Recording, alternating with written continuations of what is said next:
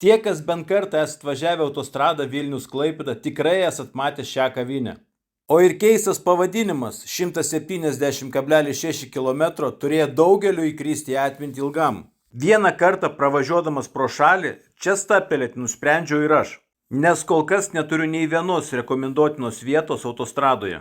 Užsakymai čia priimami panašiai kaip valgykloje, skirtumas tik tas, kad susimokėjus prie baro maistą tau atneš prie staliuko.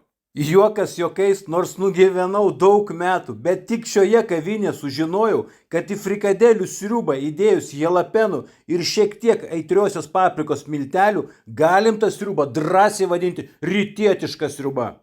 O pamatęs man atneštą kepsnį, pasijutau lyg sėdėčiau kokiame geležinkelio stoties bufete, kur skūpas virėjas iš 100 gramų nugarinės išmušęs kepsnį, kiek storesnį už kepimo popierių, vėliau jį pavoliojęs į džiūvėsėlius ir įdėjęs į keptuvę ant neįkaitusio aliejaus iškepė štai šį šedevrą.